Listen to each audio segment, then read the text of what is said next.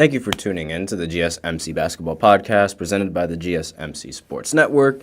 I am your host, Nelson, and I'm sorry for starting a little bit later than I normally do, but unfortunately, I got held up in a meeting, and as I was about to start, the people in charge of the podcast room that I use, they were out to get me. They were out to get me. They tried kidnapping me. Not really, but they tried. I had to leave that. I had to leave that area because there was a class that wanted to use that room, and I had to move back in here. And it was just a whole little problem that was going on. There was someone else in this room using the room. I reserved this room previously before. I had to talk to all these higher-ups before me just so I could get this room to myself. All this blah, blah, blah, all this nonsense. And it was the worst because it's I reserved the room well before this day was even assigned. And it just got taken away from me because, I'm apparently like their chew toy or something like that. But regardless, that's sort of what I had to deal with. That's sort of been the reason why I was a little bit late to this meeting. But regardless, well, not to this meeting, but to this podcast. For all of you guys that are tuning into the audio version, you guys have no idea what I'm going to be talking about. But for all of you guys that tune in live, you guys know what I'm talking about. But basically, that was the reason why I was a little bit late to starting. But we have a lot of news regarding basketball. So, surprise, surprise, the first segment is going to be Darvin Ham and the potential of him getting fired because they're literally days after the Lakers get eliminated from the playoffs. There's already reports that there's a possibility that Darvin Ham is going to get fired. And then in the second segment, we are going to be looking at the Clippers and we're going to be looking at the Clippers and the Mavericks series as the Mavericks end up owning the Clippers in this Game 5 matchup. And then we're also going to be looking at the Miami Heat and the Celtics matchup, where the Celtics finally beat the Miami Heat in a series again. They've gone back and forth recently. We also have a special fourth segment. Hint, it has to do with New York and Philadelphia, so stay in tune for that segment that's going to be coming up. And before I begin with the first segment, I'd like to remind everybody to please go ahead and use the link in the description to get your comments recognized, or the link displayed below the ticker on every single show segment. It is GSMCpodcast.net. Really helps the show, makes the show much more interactive between myself and you guys. Once again, the link is GSMCpodcast.net. And let's go ahead and dive straight into this little this Darvin Ham conundrum and this problem that I've had with this coach for quite some time. So Darvin Ham has been the scapegoat for the Lakers since he got hired. And for the duration of his career, he's literally been nothing but that, a scapegoat. And that's basically the easiest way to sort of sum up Darvin Ham's career as a Lakers head coach. And the reason why I say this is because whenever you, at least recently, with the only news about the Lakers that is guaranteed to come out, or that has been guaranteed to come out, is the Lakers talking about how they have a great team. Then when the team doesn't play so well, they blame it on the players. Then they'll blame it on the coach. Then the team will start gaining some traction mid-tier in the middle of the season. Then the team would start getting some praise. Then the coach would also stop facing a bunch of criticism until the Lakers ultimately lose, and then the criticism starts unfolding for Darvin Ham. It's a never-ending cycle with Darvin Ham and with the Lakers and whoever is the Lakers coach. And it's sort of a lot of people are sort of quick to question whether or not it's legitimately the coach's fault or whether or not it's the Lakers fans being the Lakers fans. But so far from what I've been able to from what I've been able to sort of pick out from his little tenure from his 2 seasons as a Lakers coach, I'm not entirely sure if he deserves a lot of blame or as much blame as he's getting. Because it is like the hate is egregious towards Darvin Ham. But is it deserved? Is it not really deserved? Should the Lakers fire him? Well, I genuinely first time being a head coach for like a major team like this, and obviously being put in this kind of situation, it wasn't very easy, and he was forced to make calls, and he was forced to make risky adjustments that a lot of people might not have agreed with, and this was mainly at the time when Westbrook was in the rotation, and he had to make that difficult decision on whether to start Westbrook, whether to bench him, whether to play him in these games, whether to not play him in these games. It was a very difficult decision for this team, for the coach to figure out, and it was very difficult for the organization to figure out like exactly where Westbrook fit in the lineup. And I feel like that's where half of the problem starts with Darvin Ham. It's his rotations. I don't know what goes on through his mind, but a lot of the times the rotations that he was making and that he's been making, they just don't make any sense. Like throughout the majority of the playoffs, he only played about I'd say 7 players. Throughout the entirety of the postseason, he only played 7 and 8 players. And when you can't do that. Obviously, 7 or 8 players, they aren't going to be enough long term to win a championship, at least in the state of where those players were at. If it was 8 of the best players ever and you had some of them coming off of the bench, then maybe, yeah, you could do something. But that's like a one-in-a-lifetime chance of that happening. And not only that, but that's just never going to happen. And you just can't have a team that's reliant on 2 main players and you only have 3 other players coming off of the bench for that rotation. That simply cannot happen. And Darvin Ham, there's another thing that one of the things that Darvin Ham used to do for some reason that I just don't understand why was the lineups that he would put Westbrook in would encourage Westbrook to shoot the ball more. And I don't understand why you would group Westbrook up with those people as opposed to grouping him up with a bunch of shooters to encourage him to take inside shots a little bit more. And that was a little bit of a problem that I had with his coaching to begin with. Then towards the playoffs, the big problem that I've had with his coaching was the fact that he wasn't making any kind of changes or doing any kind of adjustments that I feel should have been made while the game was going on. Having all of these players, having the same players play the exact same minutes in a playoff game just isn't going to help. You need to utilize the rest of your bench, and you need to utilize the rest of your players in the rotation to be able to combat what the other players are doing. And he doesn't really do that. I don't see Darvin Ham doing that. I don't really see Darvin Ham actively engaged in the game whatsoever. The only thing that I really do see are the players being more engaged in the game than Darvin Ham is as well. Most of the time, and it is a little bit of a joke on the internet, but I genuinely do see it. He just stands there. Doc Rivers stands there. Doesn't do anything. It's the exact same thing with and that's really the big problem. It's the adjustments and the coaching decisions that he just wasn't making. And obviously part of I'm not going to be blindsided and say that part of the reason why he's getting all of this hate is because he is LeBron's coach. Because obviously that's a really big factor. There's only been one coach in the history of LeBron James' career that still has a job as a head coach in the NBA right now. Who was his coach?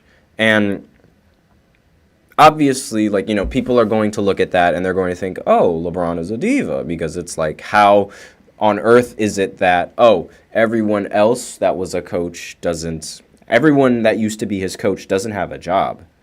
But, except for, Tyronn Lue and the coach for the and Spoelstra for the Heat. But regardless, you can also kind of disregard Ty Lue, because he still isn't the same coach for the Cavs, which was the team that which was the team that LeBron was a part of up until he decided to leave. And there's really, like, I don't really know exactly, like, how to draw that line, if I'm going to be completely honest with you. Like, before, I thought Tyronn Lue was basically, like, the exact, like, before, I thought Ty Lue was basically the exact same. What Darvin Ham is now, I thought that was Ty Lue. Before he became a coach for the Clippers. Because Tyronn Lue, he's only seen the success of coaching with LeBron. And he hasn't seen any success outside of coaching without LeBron up until that point in 2018, when he got, before he got fired, up until he got fired and replaced. But then when he went over to the Clippers, he was able to take the Clippers farther than they've ever gone in history. The first time he was the head coach, where Doc Rivers, he wasn't even able to take the team that far. So when Ty Lue did that, it sort of opened my eyes to, like, oh, this guy, he can coach. Like, and not only that, but he was able to do that without having Kawhi Leonard on the Clippers. So the fact that he was able to coach a Clippers team to make it to the Western Conference Finals without their best player, I think that's more than enough justification to sort of justify, his experience as a coach and whether or not he is a good coach or not. But before that, I had no idea whether or not his success was generated because of LeBron James. Similar to how now I have no idea to whether or not Darvin Ham's success is generated because of LeBron James. But that's basically the news and what's going on with the basketball world and with Darvin Ham. Since I did start since I did start a little bit later than normal, we don't have as much time for this segment. So I'll be going into the second segment, where I will be talking about speaking of the Clippers, I'm going to be talking about the Clippers going up against the Mavericks and how they completely blew this one in their last matchup. I mean, this seemed like a textbook win for the Clippers, like textbook in the sense that, like, how playoff series usually go, but as usual how the Clippers be, like, I mean, they ended up losing. Like, I can't really explain this loss any other way other than the Clippers are the Clippers. But I'll explain a little bit more of it after this short break, so stay tuned. I feel like I'm losing my mind. Is everybody in the world blind? Please, Lord, give me a sign, a sign. I feel like I'm losing my mind. Is everybody in the world blind? Please, Lord, give me a sign, a sign. I wanna be the greatest. Everybody on the fake shit. I look around and feel like everybody is the fakest. I make this every day and I'm impatient, hoping one day I blow up from the basement. Statement, the top is so vacant. I don't hear shit that I think is amazing. Waiting for my day when I'm playing sold out shows for 1,000 faces. Hey, give me that crown, get in my way and to be put down. It ain't your place, all this my town. If I want that shit, then I'll get it right now. I'm losing it, the noose it fits. I'm losing shit, a stupid myth. You choose to live or choose to dip. You choose to fight or lose your grip and lose a gift. I feel like I'm losing my mind. Is everybody in the world blind? Please, Lord, give me a sign, a sign. I feel like I'm losing my mind. Is everybody in the world blind?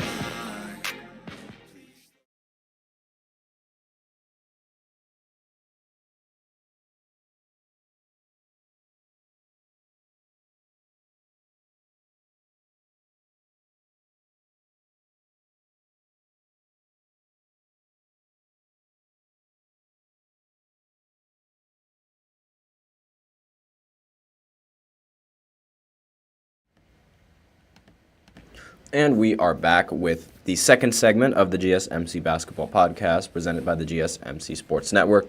And in this second segment, we are going to be talking about the Clippers game and their collapse, which happened a little bit later than when I thought it was going to happen. But it ended up happening now, and it ended up happening in Game 5, which caused the Dallas Mavericks to win. But before I go deeper into this segment, I'd like to remind everybody to please go ahead and use the link in the description to get your comments recognized, or the link displayed below the ticker on every single show segment. The link is gsmcpodcast.net. Really helps the show, makes the show much more interactive between myself and you guys. Once again, the link is gsmcpodcast.net. And with that out of the way, let's go right ahead and talk about this game. From the start, it was a blowout. And, from the start of this game, more like the first quarter of this game, it wasn't that big of a blowout. It seemed like a relatively close and competitive game, but it's usually around the halftime where the Clippers just forget how to play basketball. And I don't mean to sound any rude or disrespectful, but there's literally no other way that I can put it into words other than them forgetting how to play basketball. There was a stretch where the Clippers as a team went 0 for 15 from the field, and they just weren't hitting a single shot. Meanwhile, the Mavericks were hitting all the shots. And obviously, when you go 0 for 15 at any given point in a playoff game, that's just you're digging yourself into a deep hole in order to try to come back. And on top of the fact that there was no Kawhi Leonard, there was really no one on the Clippers team that could bring that spark when they desperately needed it. And it really just seemed like people were going out, everyone was going out there and just just playing basketball, when it was it didn't really seem like the Clippers had some sort of drive to win. It was okay, if we make a shot, cool, let's keep going and see how long we can ride this. If we don't make a shot, all right, whatever. But that's sort of not what that's even happened. And it's I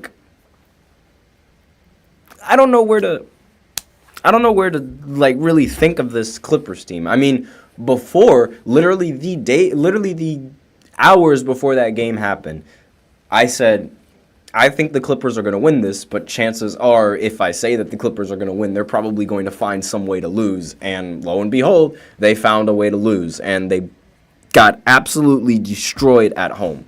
Now, Luka, he ended the game 35, 10, and 7, and he, obviously, he was the star of this game and the star of the team for this time. Kyrie, he was a little bit quiet in this game. He shot 6 of 14 for only 14 points.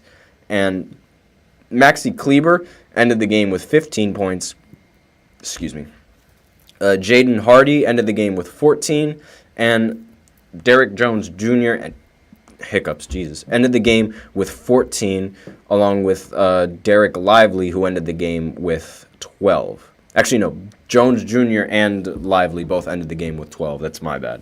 But that was basically it for the scoring for the Mavericks. And if I'm going to be honest, they didn't really need that much scoring from a lot of their players, because the Clippers, they just weren't hitting a single shot at all in the second or in the third quarter.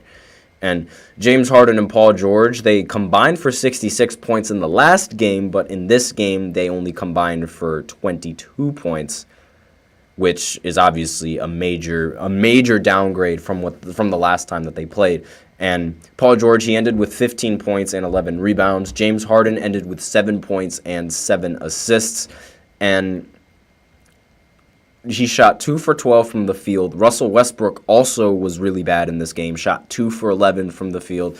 I've hinted at this literally before the playoffs even started. I hinted at Paul George, Russell Westbrook, and James Harden all having bugaboos in the postseason, and they all happened to have it on the exact same night, on the exact same game, when they desperately needed the Clippers to win a game. Every single one of them played bad. At this point, it's literally you cannot make this up. And I don't mean to be or sound disrespectful in any kind of way, but it's been with Harden especially, it's been every single season so far with how these every single time there's an excuse with every single one of these of these players. I don't know what it is, but every single time when the team needs them, they let them down with their team, with the game in the balance. And I don't understand. It could be like their season, their game, everything in the balance, they just let them down. I don't know why this happens more often to these players than it does any other player in the league, but it just always happens. And Russell Westbrook, it's recently been happening more so than it is a bugaboo. Same thing with Paul George, but specifically for Harden, I don't know what it is, but it's every single season. He always has that one game where like the team desperately I don't even have words for this because it happens every single time. The team needs one win from Harden. They desperately need it, and they get let down. It happens more times than you want. It happens more times than you think. It happened in 2018 when James Harden had that 3-2 lead against Golden State. It happened in 2020. It happened in 2021 when I understand it wasn't entirely his fault, but the Brooklyn Nets, he did have excuse me. He got injured for the he got injured on the Nets, but he still reluctantly decided to play. But while he was playing, he was being a little bit more of a burden than he was helping the team, because he was essentially in that game when he was playing with his really bad hamstring against the Celtics, no, not against the Celtics, against the Bucks in 2021. He was just holding the ball for 24 seconds, wasting possessions. And that, while I give all the respect for him for playing with that bad knee, you're more hurting the team in that scenario than you are helping the team.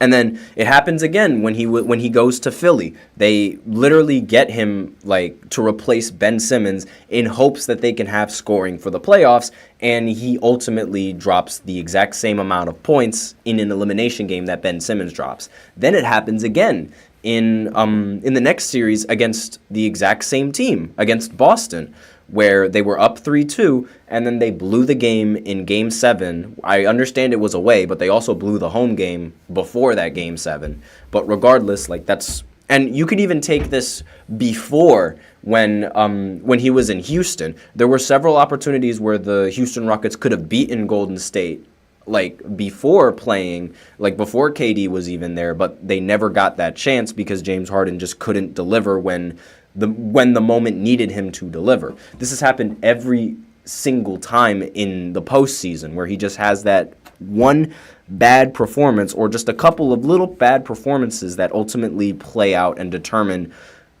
his team's, the outcome of the season for his team. And it's every single time. Now, I don't know why. Literally the day before the game even happened, I was saying James Harden, he's played really well in this postseason. He hasn't had a single bad game yet, and boom, here comes his bad game in the postseason. It never fails.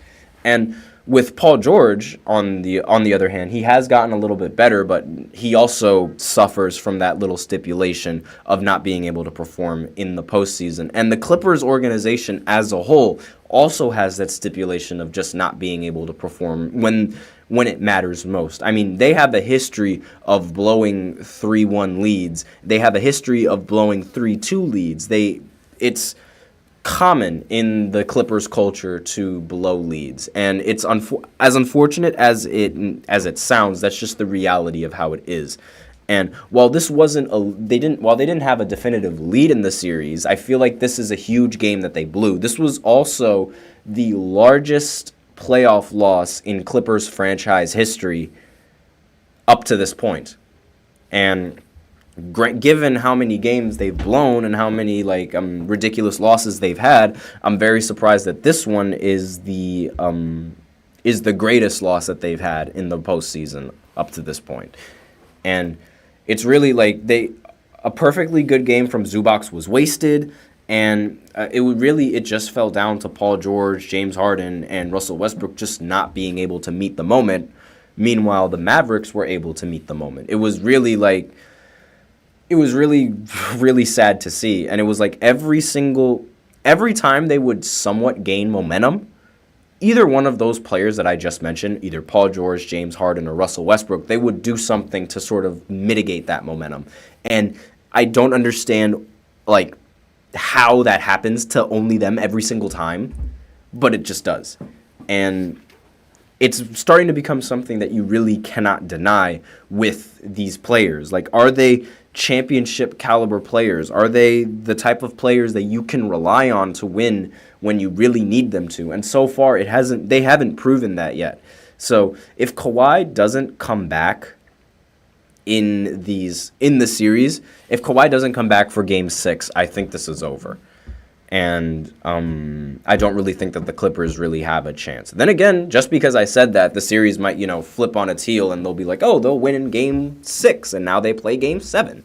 But we'll see. As of how it's been going, the Clippers have just been, they've been way too inconsistent for me to, continue to back them. So I would have had them as favorites, but after what they've shown me, I really can't decide. And it's really tough, because it's like, how does this happen? I genuinely don't understand how this happens. And there's really nothing else that can be said, because the Mavs, yes, they did play very well, but I feel like this sort of performance is something that we're used to seeing when it's against the Clippers. And I just feel like it's more of a Clippers collapsing in this game as opposed to the Mavericks playing really, really well in this game. Similar to how I thought in the last matchup, it was the Pacers collapsing against the Milwaukee Bucks, because they were up against Milwaukee Bucks, the Bucks' bench. But regardless, it really didn't. It really seemed like this was more of a Clippers downfall than it was the Mavericks, playing really well, because with how badly Harden and Westbrook were shooting. 2 for 12 and 2 for 11. How could you how could you not blame this on both of them, and the performance from Paul George as well? Especially after coming off of that last game, where we saw that the Mavericks, they had the ability to make the comeback when they desperately needed it. But the Clippers, they were just answering, and they kept answering back. In this game, they just couldn't do that. So that's basically all I had to say for the Clippers and for this Mavs. For this Mavs game, it's just every single season with these guys. And I don't understand why. I don't understand how none of them have been able to get over that hump yet. It's really it's a bugaboo, and there's no other way that I could really explain it other than it being either a curse, a bugaboo, whatever, a jinx, whatever superstitious thing you'd want to call it. But that's sort of what it feels like. And that's all I have for this second segment. So now I will go ahead and go into the third segment, where I talk about the Miami Heat and their series and their season coming to an end against the Boston Celtics, where I expected this to happen. I just sort of expected this to happen a little bit sooner. But we'll go ahead and talk about this series after this short break. So I'll be right back. Looking for your daily fix of sports talk without having to pay for it? GSMC Sports Network is available on YouTube. Just search GSMC Sports Network. Get your fix of daily sports talk shows on YouTube, absolutely free. NFL, college football, NBA, MLB, MMA, UFC, fantasy football, and so much more. GSMC Sports Network has shows running all day long, with new sports shows starting every 2 hours. Just like on your favorite cable sports channel, except GSMC Sports Network is absolutely free. Just search GSMC Sports Network on YouTube to catch one of your new favorite shows, like the GSMC College Football Podcast, Chip Shot Football Podcast, Hoops and Heels Women's Sports Podcast, GSMC Basketball Podcast, and so many more. Check it out for yourself. GSMC Sports Network, now available on YouTube absolutely free. Search GSMC Sports Network on YouTube right now.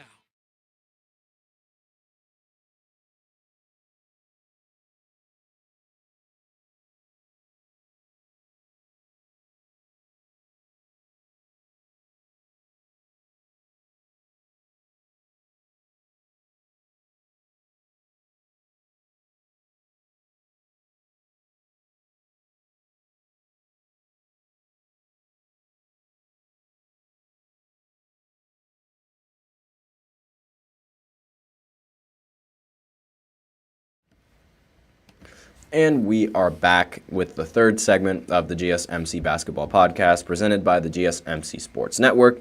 And in this third segment, we are going to be talking about the Celtics series against the Miami Heat. So this was a gentleman's sweep series, even though it wasn't really a gentleman's sweep, I guess This was a relatively easy series, I guess, for the Celtics, because I knew they were going to win in 4 or 5 games. I just thought it was going to be more so in 4 rather than it was going to be in 5. I did not expect the Miami Heat to be able to steal a game, but lo and behold, they were able to do it. So that's sort of how the series went. And this blowout win, it was 118-84. It really it sort of sums up exactly just the difference in overall skill from the Celtics roster compared to the Miami Heat roster, at least right now. Because Jason Tatum, throughout the entirety of this series, I don't think he really played that well. In fact, Paolo Banchero, he's actually averaging a lot better numbers than Jason Tatum in the postseason now, yet gets no recognition for it, by the way. And this team is still, again, with having less than Paolo Banchero production, the Celtics have been able to just dominate this Miami Heat team. And I understand that the Miami Heat, they don't have Jimmy Butler, but it's not just one player that composes the team, as you all know. And the difference in skill gap, because of this blowout win, and because of, a lot of the series, a lot of their wins have been relatively blowout wins against the Miami Heat.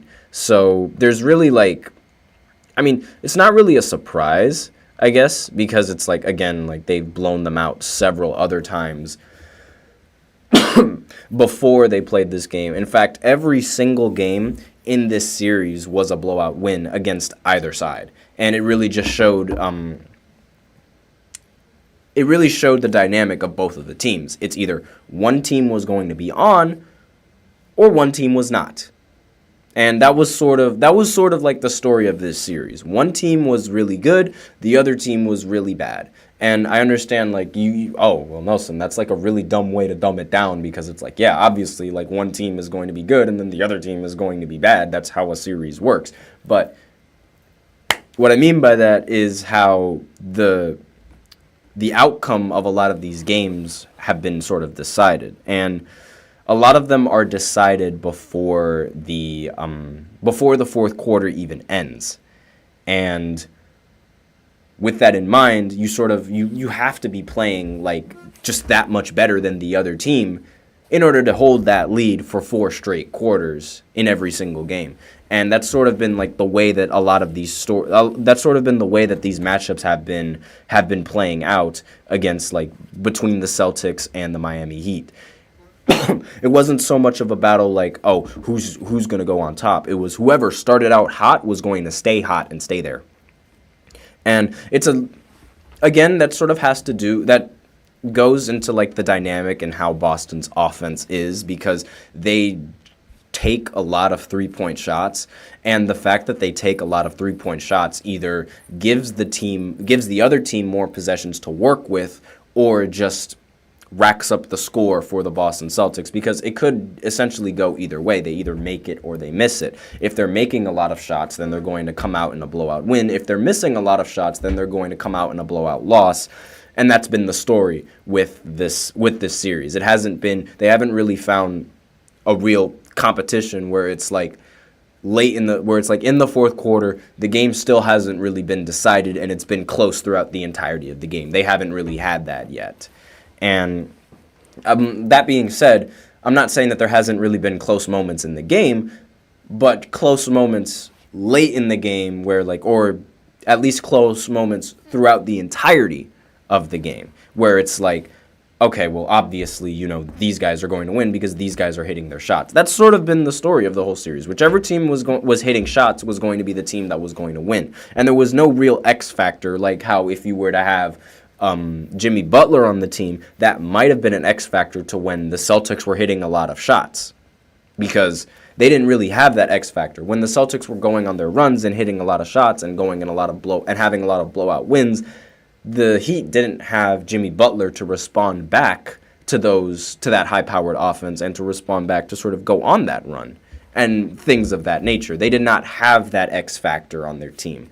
So, and the series, obviously, it would have played a lot differently had they had that X factor with Jimmy Butler, and they've been going back and forth as the years have been going on. The Miami Heat beat them in 2020, then the Boston Celtics beat them in 2022, then the Miami Heat beat them again last year, and now the Celtics beat them again this year. They go back and forth every single time between, and most of the times, whichever of those two teams beats the other in their matchup is the team that ends up going to the finals. So the Celtics and the Miami Heat have sort of been dominating that little like trip to the finals thing.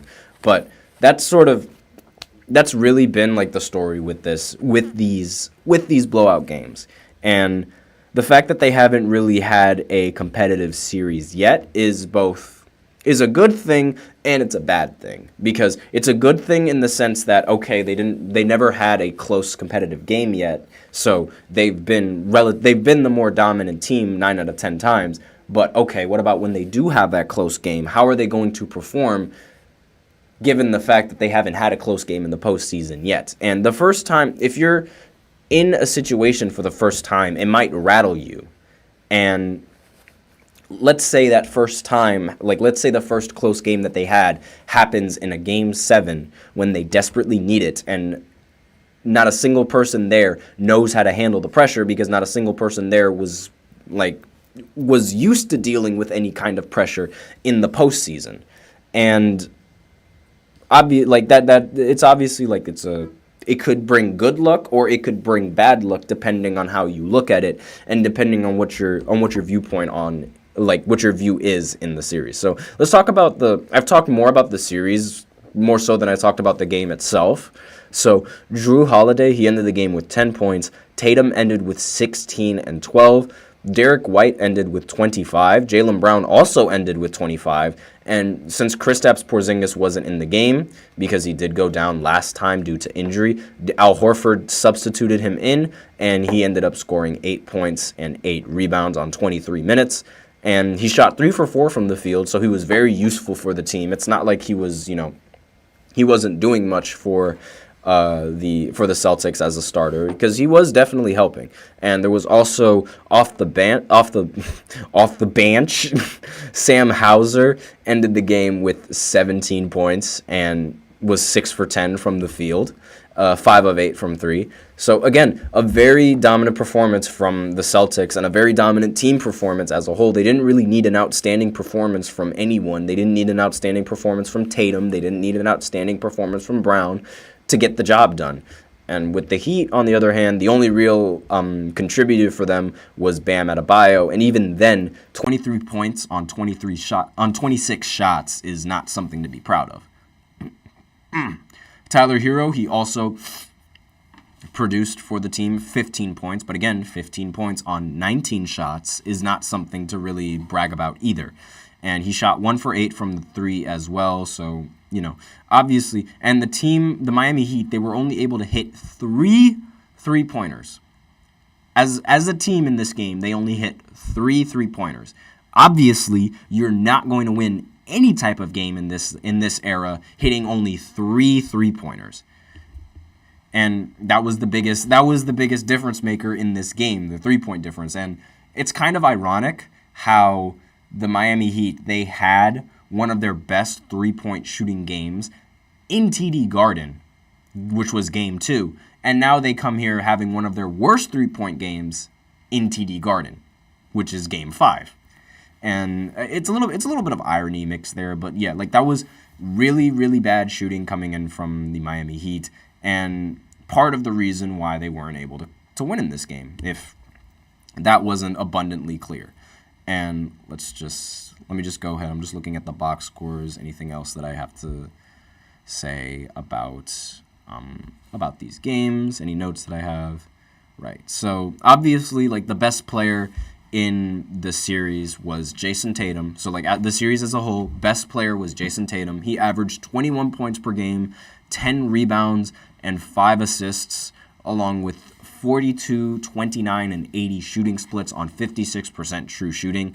Again, he was the best player for the series. But when you're on the Celtics and you got to share the ball, there's not really like much production to be going around. There's not really like crazy. There wasn't going to be that many crazy, outstanding performances in this first round because everybody else was going to share the ball between all of the Celtics. That's just how the offense works. And again, like I mentioned earlier, how Jason Tatum, like Paolo Banchero was averaging better numbers than Jason Tatum. Like, these numbers coming in from Tatum, given his reputation and how like fans consider him, I mean, he was top 5 in MVP voting, for crying out loud. Considering how fans like have him ranked, this is kind of a meh performance coming in from him. But at the same time, I somewhat understand why this performance is like, it needed to happen because like, you need to share the ball with the rest of your players. But face value, 21 points per game, 10 rebounds, and more so the scoring production, 21 points per game on 42 and 29 and 80 shooting splits. That's something that a lot of people are definitely going to like jar at and are going to make comments at, but people forget that Kobe shot a lot worse in a lot more playoff series, and with the shots that Jason Tatum takes, it kind of makes sense that the shooting splits are going to be just as bad because like his shot selection is also as bad. So and his gameplay style, like the way he plays, it's sort of like it enforces a lot of bad shots to be taken. Like, the Mamba mentality and like the Mamba play style. Kobe took a lot of really bad shots and a lot of difficult shots. I am the biggest Kobe fan, but I am not going to be the blind bat and say that he did not take a couple of bad shots, because he did. They went in, but they were bad shots. And that's sort of why like the shooting splits are like really low, and as the best player on the best team, that's something that you really can't afford unless you're like expecting to get criticism.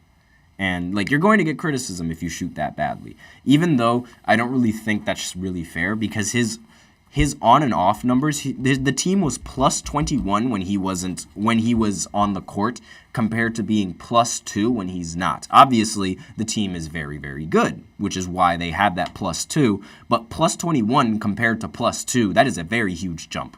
Now, obviously, the Finals LeBron Award, like that the best player on the worst team, that's what I call it. I call it Finals LeBron. That goes to Bam. He averaged 22 points per game, 9 rebounds, and almost 4 assists on 50, 20, 70 shooting splits.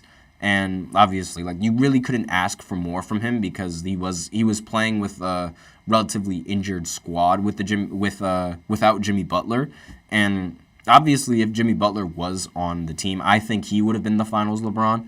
But, he did all he could, averaging what he could. And the sixth man of the series has got to go to Al Horford. I mean, he averaged 8 points per game, 7 rebounds, and was shooting 59, 40, and 50 from the field that's a 69.5 true shooting percentage, which is very, very elite and very good coming in from a role player, one that's substituting for Kristaps, no less. Now, and I do want to bring attention to Derek White, who is he gets special praise because he dropped 38 points in Game 4 to go up 3-1, and then he decides to drop 25 points to close out the series in Game 5. So I definitely wanted to talk about him a little bit. And ever since Terrence Mann had his ridiculous 40-point game in the playoffs just out of nowhere, I just wanted to I like sort of paying attention to a lot of like the stand-up players that might not get enough respect that they deserve for their performance. And it's like, obviously, like Derek White, to the Celtics, he might be a fan favorite, but to the casual fan, a lot of people might not know Derek White like that. So I just wanted to bring attention to him and his game and like just how important he really is to the Boston Celtics. Because I mean, being that that X factor or that wild card that can give you 38 points or can get you 25 in an elimination game or in a game that you desperately need it. That is a very good X factor to have, especially since he's a very good defender as well. In the postseason, that's extremely valuable because that way you don't have to constantly rely on Jason Tatum or Jaylen Brown. You have that other option that's not really the first attention to detail on the game plan. Like, when you're going up against the Celtics, the first step to the game plan isn't, oh, how do we stop Derek White? It's, oh, how do we stop Tatum or Jaylen Brown? And so having that option, like that scoring option, is extremely valuable. And it could be the edge that they need to finally win the championship this year. But that's basically like what I have for this series as of what it is. And like, again, relatively easy series for the Boston Celtics, and unfortunate that the Miami Heat, they couldn't be healthy in this series, because I would have loved to see Jimmy Butler play in these games. But regardless, it was, win is a win is a win. And they'll take the series win, and they're going to go on and play between either the Bucks or the Pacers in the next round of the postseason, because the series is still going on, so we still have to see who they're going to play. But right now they get a little bit of a rest period because the series is still surprisingly going on between the Pacers and the Bucks. The series probably would have started a lot sooner rather than later if the Bucks didn't end up winning in Game 5. So that's basically, those are the teams that so I believe in the Eastern Conference, that's one of the only teams that ended their series. I believe, yeah, that's the only team I think that ended their series for the Eastern Conference. And isn't that funny? The series that started out last out of all the playoff series ended up finishing first in the Eastern Conference. Could you have thought of a better script? Could you have thought of a better script than that? Where it's every single every single playoff game that happens before that for the Eastern Conference is still going on, but that Celtics series is the one that's over. That is ridiculous to me. But that's enough of that, and that's enough of the Boston Celtics for one segment. So now we will go ahead and go into the fourth segment, where I give a quick preview of the playoff games that are going to be going down tonight, as well as the Knicks and the Sixers playoff game, because there's a big story generated about that, and I think I'm going to cover that first before I talk about the Bucks and the Pacers, just because of the situation that the Sixers have to deal with right now. So I will be right back after this short break, and stay tuned.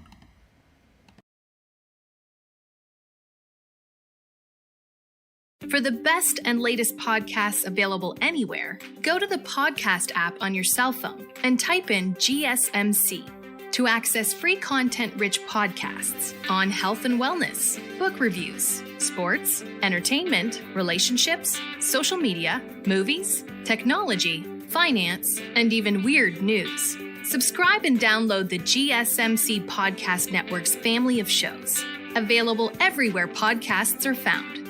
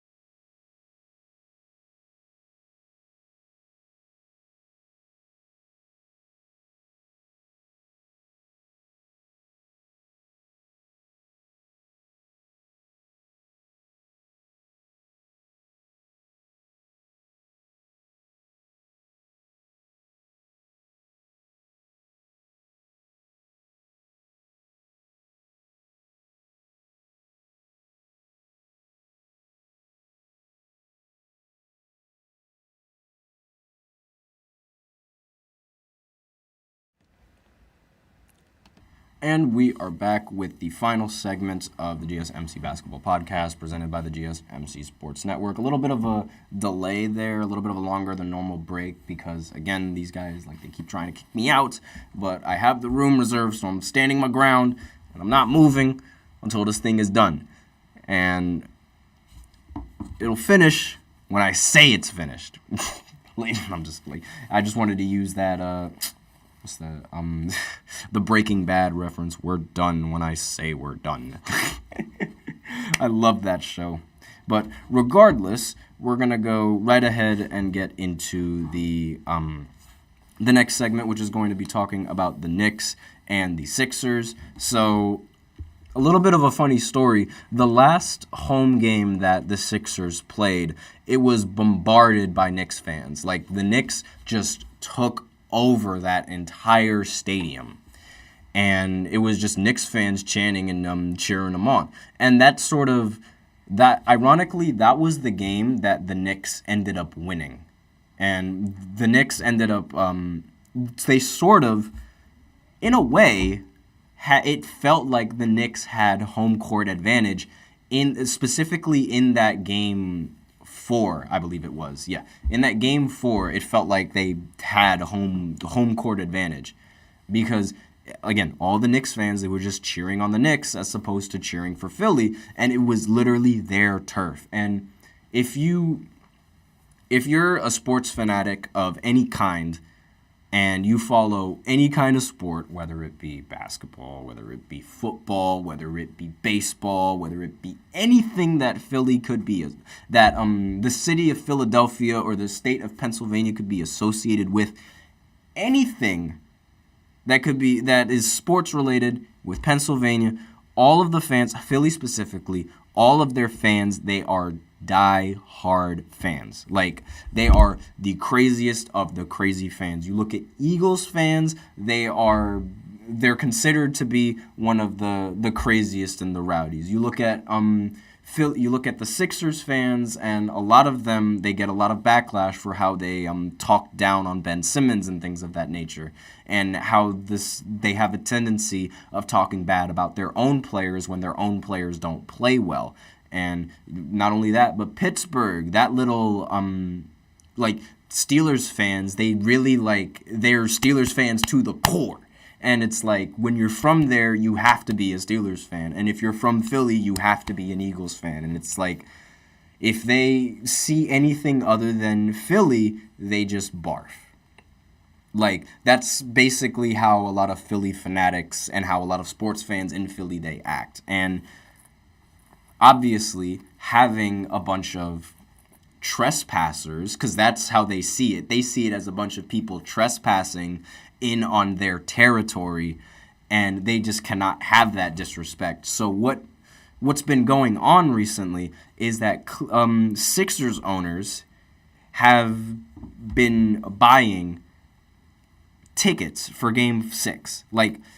One Sixers owner, he bought over 2,000 Game 6 tickets just so he could avoid those tickets falling into Knicks fans' hands.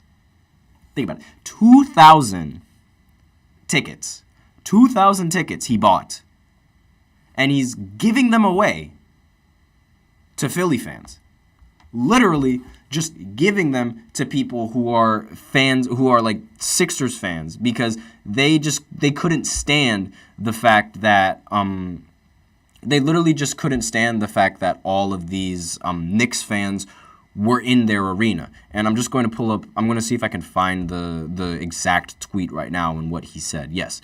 So Josh Harris, David Blitzer, and David Adelman and Michael Rubin just bought more than 2,000 tickets for the Sixers Game 6. Michael Rubin, he tweeted this out.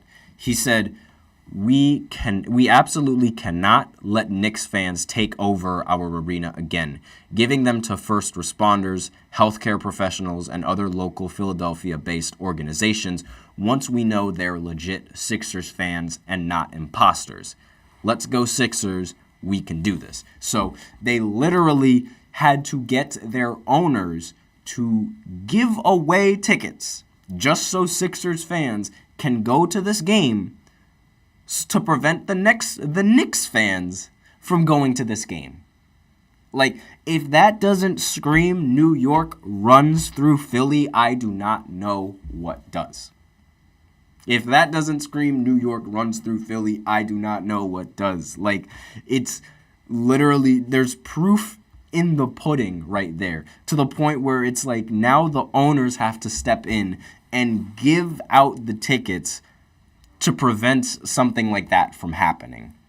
And it really shows, like, why am I bringing all of this up? It shows just how important home court advantage is in the postseason. It genuinely shows just how important it is. And especially like if you're the Knicks, because when you're the Knicks, you have to like deal with criticism from the media, you have to deal with criticism from your fans, you have to deal with criticism from everyone, everywhere, all the time in your own home stadium. So the fact that if you're a Knicks player, you were able to hear all of the Knicks fans in an away stadium cheering for you, that's without a doubt a confidence booster for the Knicks and their players, and it could have played into a big reason as to why they were even able to win in Game 4 in the first place. So home court advantage, it's a very crucial thing in this postseason, and it's so important that owners will literally step in to prevent their team from losing home court advantage. Like, that's just how important home court advantage really is in these postseasons. And like, I just find it amazing that it took literally 4 owners to step up and buy 2,000 tickets just so that way it could prevent the Knicks fans from bombarding the stadium. And honestly, I bet you that Knicks fans will still bombard that stadium. They'll still find a way to invade that stadium and cause even more mayhem for the Sixers and their fans. And that's really sort of been like the big story as of recently, because that there's circulating clips around it on TikTok. There's obviously like that tweet going out, and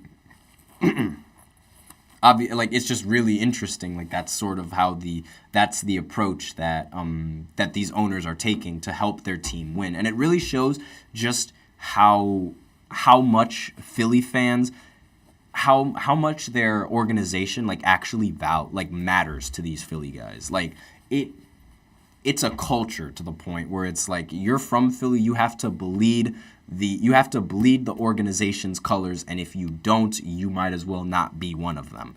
It's really like, if you're from Philly, obviously like it must sound like inspirational and it must sound amazing, but like when you're hearing it, the reason why I'm not so like enthralled by it is because I'm just, get that away from me, because I'm on the opposite side of seeing all of the Philly stuff going on about, and considering the fact that I am a Giants fan and Nets fan and all of those things, we don't really like Philly teams. We don't like Phillies. We don't like any of them, and Yankees fan on top of that as well. So like, bleh.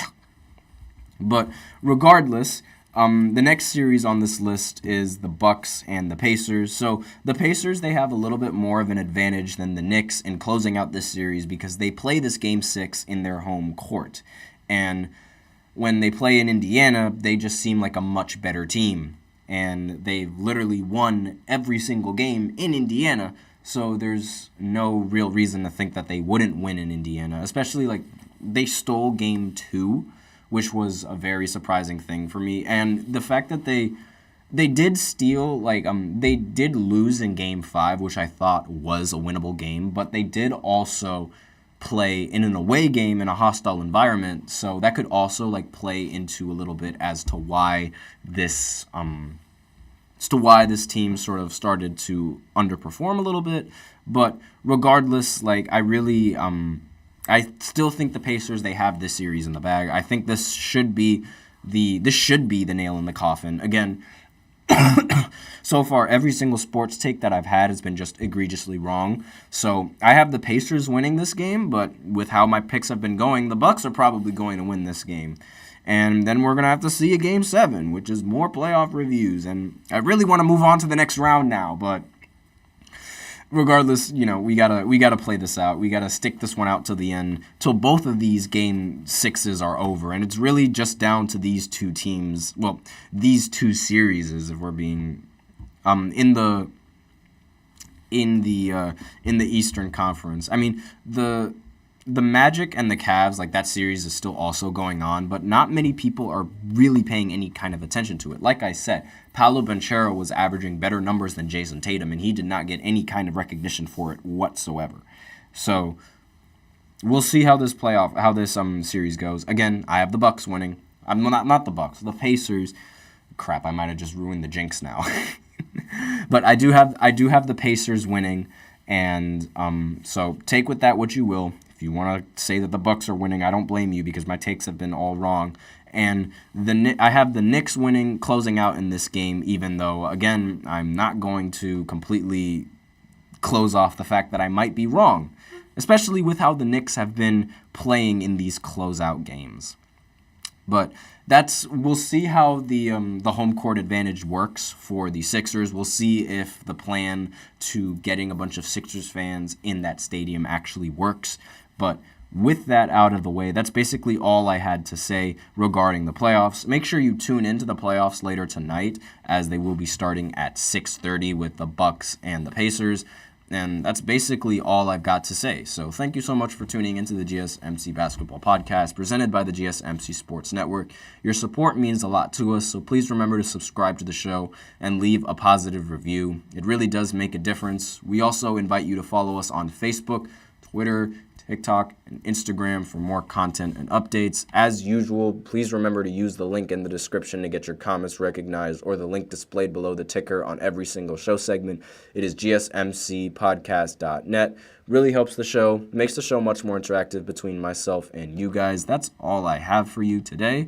Thank you all once again. I am your host, Nelson, and tune into those playoff games.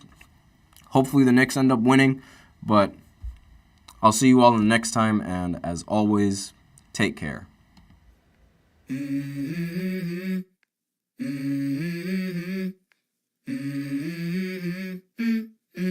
Let's go. I wake up to a little bit of drool on my pillow, feel like it's gonna be a bad day. Yeah, I'm tired of shit, and the coffee ain't hit yet, damn ain't that